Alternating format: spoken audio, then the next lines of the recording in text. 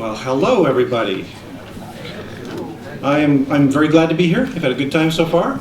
I'll try not to ruin it in the next hour. The title of this talk is, why are we talking about science at atheist conferences? And the reason I brought that up is because usually when I go to conferences in the States, I'm one of those new atheists, the Richard Dawkins style atheists, and there's always this little cohort of us scientists, physicists and biologists and so forth, and we're all up there babbling about science. And it's a curious thing, if you think about it. We don't have atheists speaking at science conferences, and Lord knows the Christians don't have scientists talking at their conference. Why is it that we've got scientists talking about science at atheist conference? Now,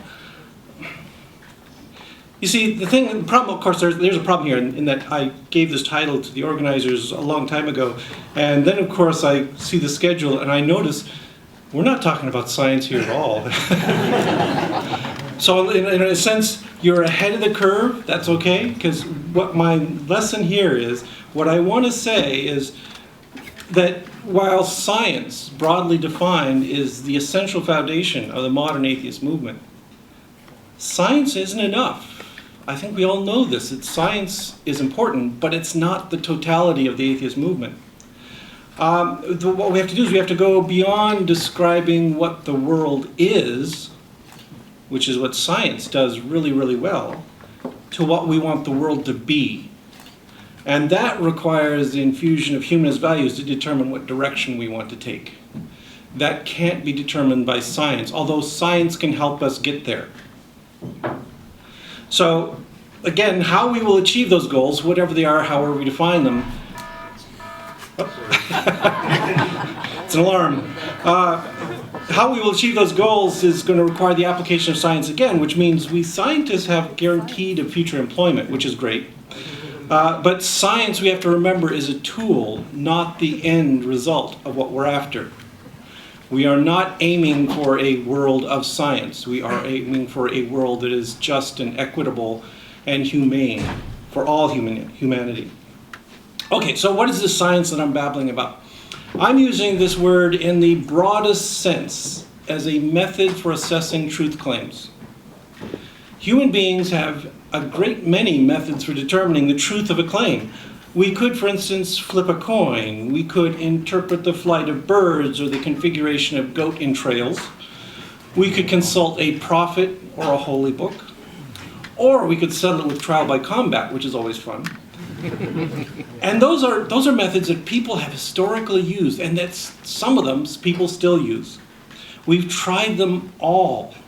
And many people still rely on variations of these methods to puzzle out what's going on around them. So as one example, I recommend looking up a website called Rapture Ready.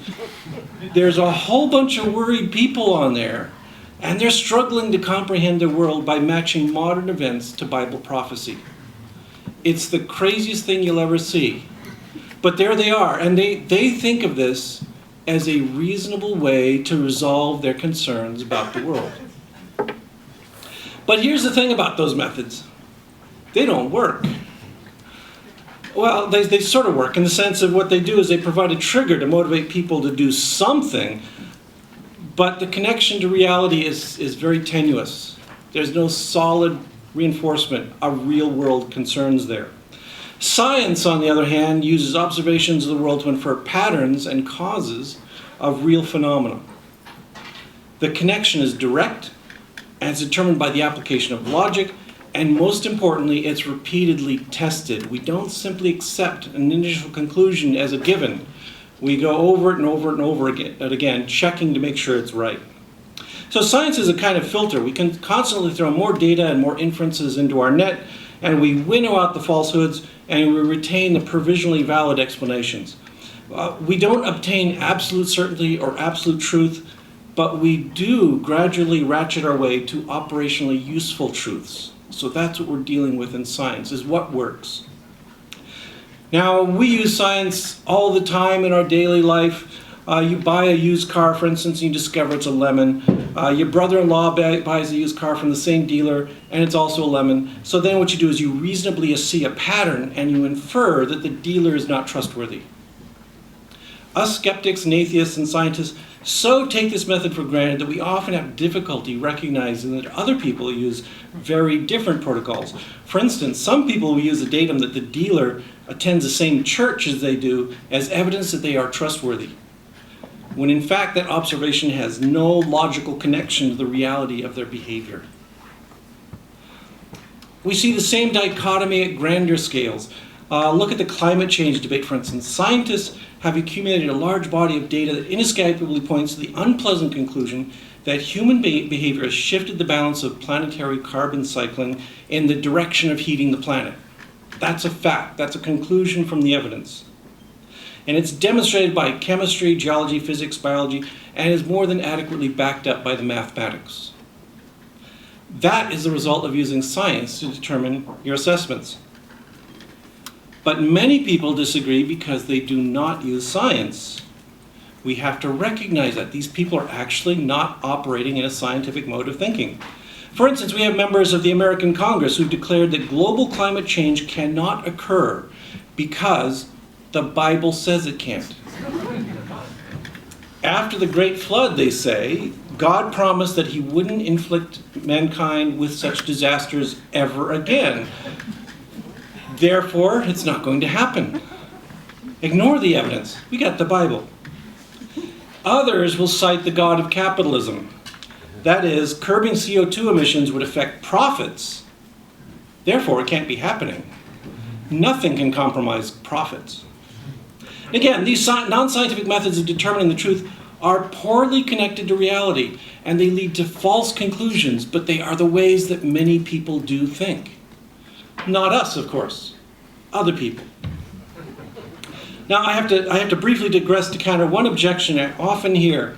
At least I often hear it in the US. Maybe you don't get this in Germany. But it's an objection called presuppositionalism. And it's often thrown about creationists and other science deniers. And you'll hear it a lot if you visit the United States and talk to Christians there. That is, presuppositionalists argue that science operates using a set of unprovable assumptions, and that creationism, for instance, simply makes a different set of equally valid but unprovable assumptions. Therefore, they're equivalent. It's just a matter of which assumption you start with. You can go either way, and they're logically equivalent. This isn't correct, because scientists make inferences about the world from observations of the world, while presuppositionalists make inferences about the world from interpretations of a holy book. They are remote from the phenomena they're trying to describe. Scientists' claims are based on empirical foundation and are cross-checked against the phenomena they try to describe. Presuppositionalist claims are unmoored from reality and are only checked for internal consistency, and even that is usually very poorly done. You know, I suppose you could construct an interesting predictive model of how the world works based on assuming that Harry Potter is true. But it would fail as soon as it was trying to address the muggleness of reality. It just wouldn't fit anymore. The bottom line here is that while science cannot claim to have a direct line to absolute truth, and also cannot claim to be the only method to assess the truth, it is still the best method we've got. And unlike those other methods has a demonstrable record of concretely improving our understanding of reality. Science works. Science is the process that does its damnedest to figure out how stuff actually works, rather than how we wished it worked. Which brings us to the atheist movement. Every movement, every worldview out there purports to be reality-based.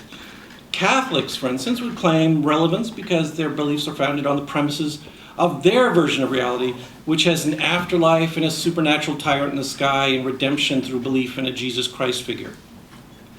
That's their starting assumptions, and they think those are valid. Raelians might claim that UFOs are real and intelligent beings from other worlds are here to guide us, while Scientologists would say that our minds are crippled by ghosts from outer space, right?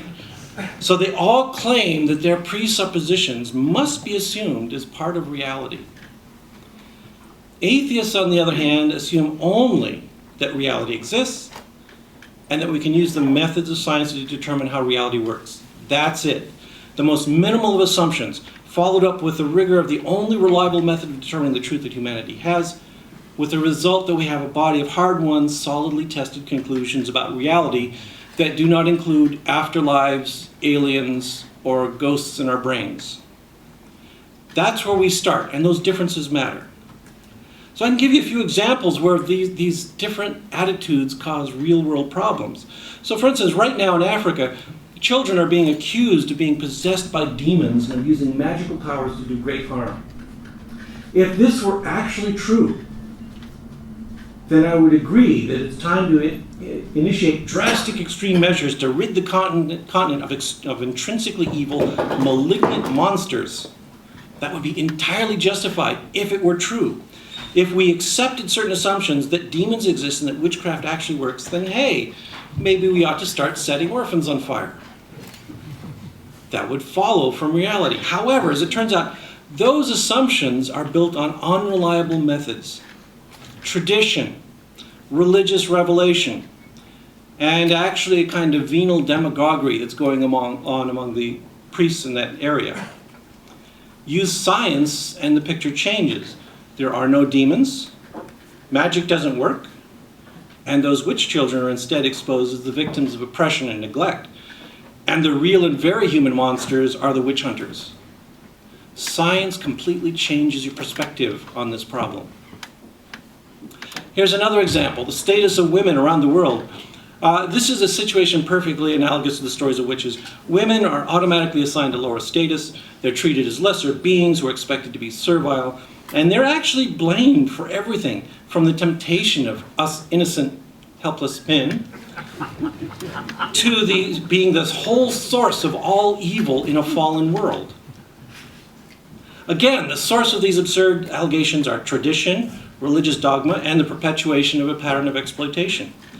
The whole myth falls apart when you examine it objectively and look for reliable evidence. Are women biologically inferior? No. Are they a greater source of evil than the male sex? No. So reality should inform and enlighten human society about how to treat all of its members, but instead we're actively hampered by the delusions of fantasists. So this is our challenge. We all live in cultures where a significant number of people use deeply flawed methods of assessing the truth, methods that lead them to commit horrible acts like murdering children or enslaving women, or to neglect evidence of looming problems, and the kind of short-term thinking will have disastrous consequences for our grandchildren, or even the species as a whole. We can't solve our problems unless we can see them clearly and are ready to strip away that obscuring veil of superstition and dogma. So science, that's our weapon. That's the atheist's favorite weapon, is science, and it's a god killer. It's the greatest tool humanity has ever invented. It's taken us from being a hodgepodge of bickering near savages living in the mud and dying young of disease and childbirth and starvation and sword pokes to a hodgepodge of bickering near savages who sometimes walk on the moon, who sometimes cure diseases, who live twice as long as their predecessors, who can look deep into cells afar out to distant galaxies. It has given us great power to accomplish marvelous things or to screw up the whole planet. Science, I think, also has the power to transform our sense of identity. Some of us I imagine the majority of us here, no longer consider ourselves people of the word. We're not members of a special tribe bound together by narratives and rules in quaint old books. We are instead the people of reality. We are united by common knowledge, by a sense of universality, by our commitment to evidence. Personally, I find no sense of myself in the Judeo-Christian fairy tales I was brought up with. They're too narrow, they're too bigoted, they're too false. The words of my people are written in the strands of DNA I find in every cell of my body, and the story they tell is clear and inspiring. We are all products of the natural world. We are all built from star stuff. Stars died to create the elements that we are made of, and 4 billion years of churning life struggled and was born and died to shape us. We are close kin to every single human being on the planet without exception. And there is no tribe that is outside our family. And even deeper, we're related to every living thing on Earth. You simply cannot get any more universal than the scientific story of life. Now, I take far greater pride in the accomplishments of science than I do of my ethnic group, or my place in Western culture, or my particular ruling form of government, or least of all, the church I was brought up in. Science bridges differences. I can find common ground with American scientists, Canadian scientists, Iranian scientists, German scientists, you name it. Now, maybe you aren't a scientist, strictly speaking, but you've read the latest book by Dawkins or Hawking, or you love David Attenborough's TV shows, or you're a bird watcher, or you like weekend hiking in the mountains. That makes us one people. That's enough to unite us in appreciation of the natural world.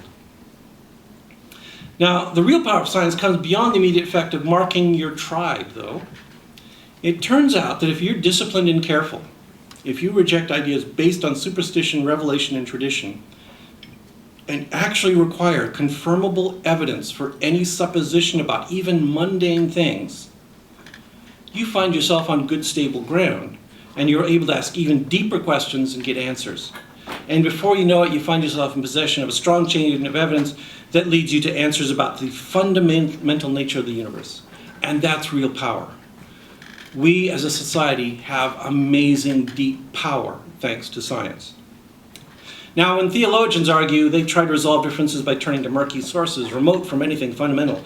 They open their holy texts, they cite fellow theologians, they try to reinterpret the words that have been reinterpreted many times before. But have you ever heard scientists argue? They do this all the time, but they don't resolve issues by appealing to higher authorities. They don't usually argue that because Richard Dawkins said it, it's settled. They don't argue that we have to parse Charles Darwin's words much more finely, and then we'll get at the truth. No, they say things like, I'm going to go in the lab and do an experiment to test that proposition. Or they say, I'm going to build a new instrument to measure that and see who's right. Our only authority is reality, and that's what we test all of our inferences against. When you're studying the world, your source of information must be the world. I'll have more respect for theologians whose object of study is God when they actually start querying their subject directly and get repeatable, verifiable answers. It's just absurd that people who make so many assertions about the supernatural never seem to actually study supernatural sources of information. It's almost as if they don't exist. Now, I'm sniping a bit at religion, and there's a reason for that. Science and religion are in opposition. Faith is the atheist's enemy. Remember, science is this process for figuring out how the world actually works. If you short-circuit the process and declare that you already have the answer using an unreliable method like revelation or the interpretation of sacred texts, you're an enemy of science. If you simply assert your desired conclusion and ignore the fact that reality is rarely about the answer you want, you're an enemy of science. Truth is often uncomfortable. You have to value it because it's true, not because it makes you feel good. Now, the clearest examples of the dangers of religious thinking can be found in issues of science policy. Questions about the environment, for instance, ought to be resolved by careful examination of the evidence and proposed solutions examined by weighing the evidence, the cost and benefits, and so forth, right? That's the way you should do it. That's what you and I would do. That's how reasonable people operate, is by looking at the evidence and asking what really works. But not so when you consider how religious policy leaders operate. Instead, in addressing the problems of the world, they deny evidence in the world to favor mysticism and dogma. And I've already mentioned that politicians claim that we don't have to worry about climate change, global warming, and CO2 because in the Bible, God said we don't have to worry about a flood anymore. He promised it wouldn't happen. But these same people have another justification, an even worse justification, and that is God is also going to end the world soon, so we don't have to worry about it. It's the end times. Did you know this? It really is. According to a recent Pew survey, 40% of Americans, we've already prejudiced the survey, but all right. 40% of Americans believe that Jesus is finally going to get around to fulfilling that promise he made 2,000 years ago of global death and judgment, and it's going to happen in our lifetimes by 2050. Kind of scary, huh? But aren't we lucky? Jesus is coming in our lifetime. We just have to cling on to life, 30, 40 years, and no problem. And here's the really creepy thing about that. Those affirmative respondents all think that, yes, we are lucky, this is a good thing, hooray for Armageddon and the apocalypse, bring on famine, plague, war, and death. The demented ghouls of the end times are actually a significant political lobby in the United States. They're fighting to support Israel, for instance, no matter what. And why? Not because they have actual political interest in the perpetuation of a state in the Middle East.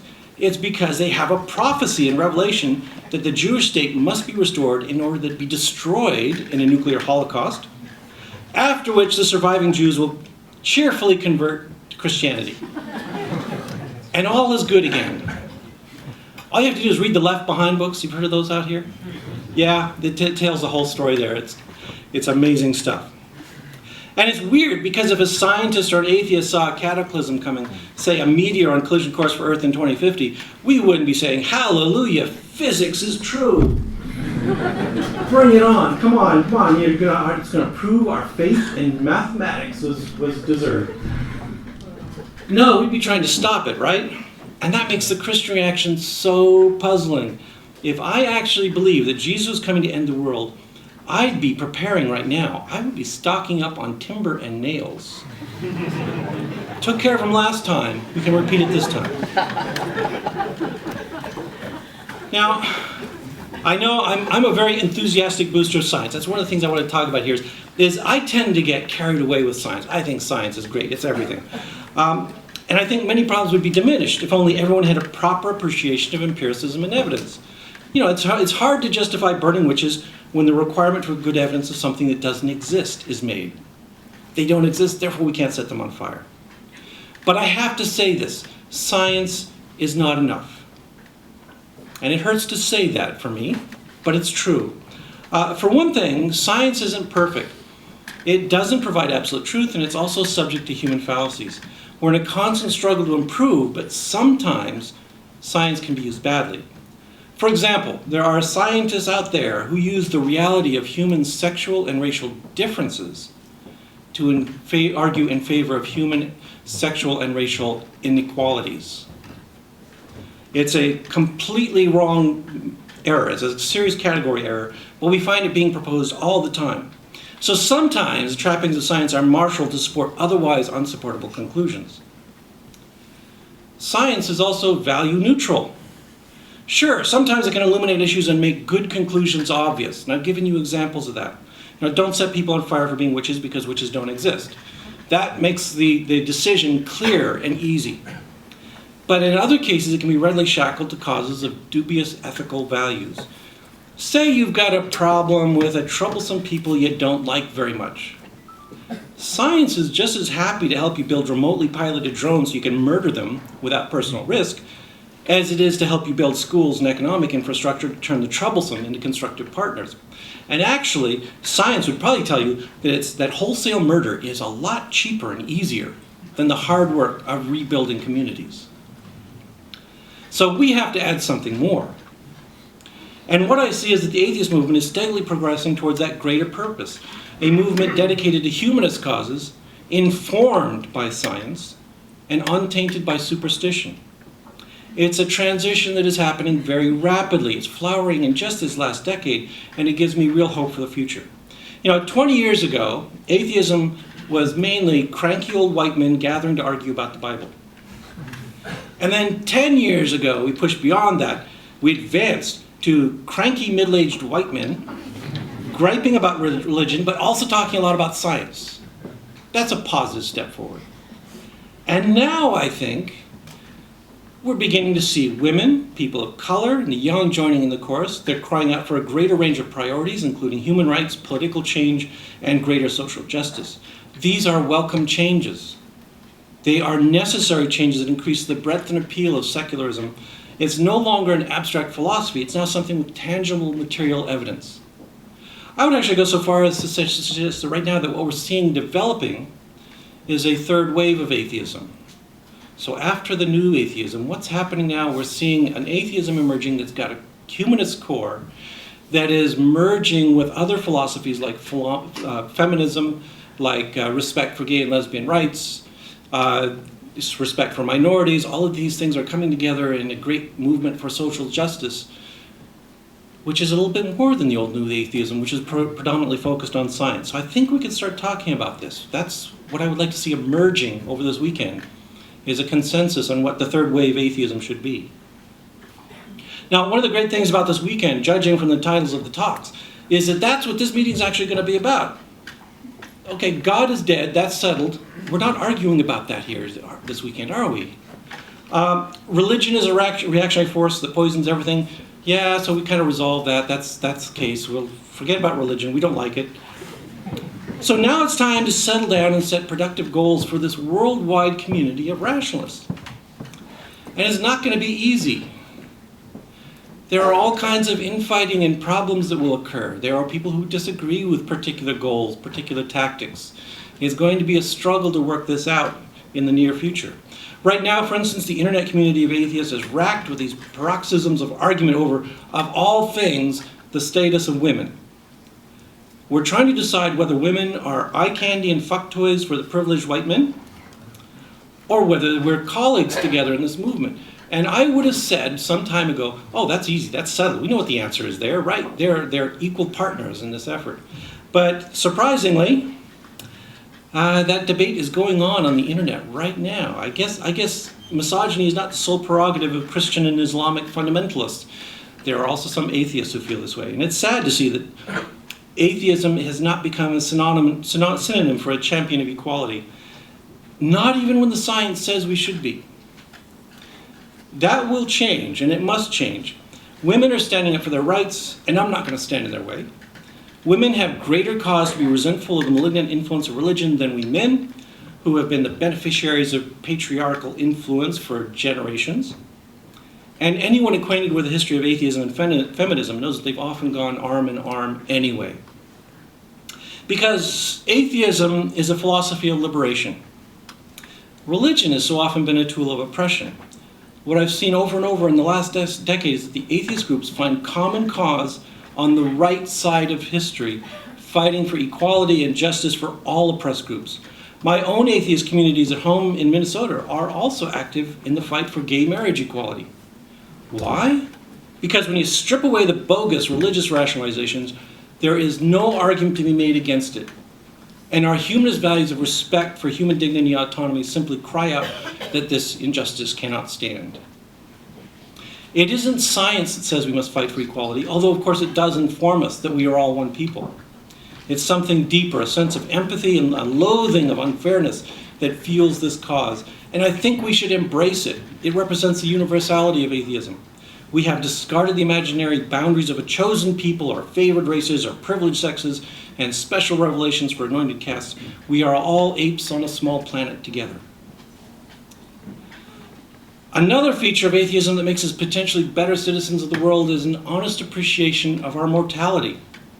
We each have one life to live. There's no miraculous rescue at the end where all our sins and problems and injustices are shed and we go on to live in paradise. Now, this is it. Sorry. What we've got is all we'll ever have, all anyone will ever have. We don't get to salve our consciences and resign ourselves to inequity by telling ourselves the poor will have mansions of gold in the afterlife or that tyrants will get their comeuppance in hell. The truth is that those tyrants will die someday, but it will be in a luxurious finale with great hospital care and lots of lovely people around to take care of them. And meanwhile, some small child is going to die of starvation in a Bombay slum, and no one will even know it existed. That's the reality. There are injustices that we must oppose on this earth because there's no heaven or hell to even the scale. The non-existence of an afterlife is a fact that science tells us. It's one of the fundamental substrates of our reality. It's a deep truth that ought to inform our decision-making, contrary to the deep delusions of religion. But what we do with that knowledge requires that we go beyond science. Science is value neutral on whether, at the awareness of your inevitable demise, you should collapse in despair, or you should joyfully embrace your moment of existence and celebrate. A positive atheism is going to give you a reason to do the latter. So there's no God. We're done with that. The next step, save a life, find a cause to battle for, educate a mind, rescue a species from extinction, make someone smile. That's what our atheism should be about, because that's all there is. And it's a pretty damn wonderful situation we're in. Thank you.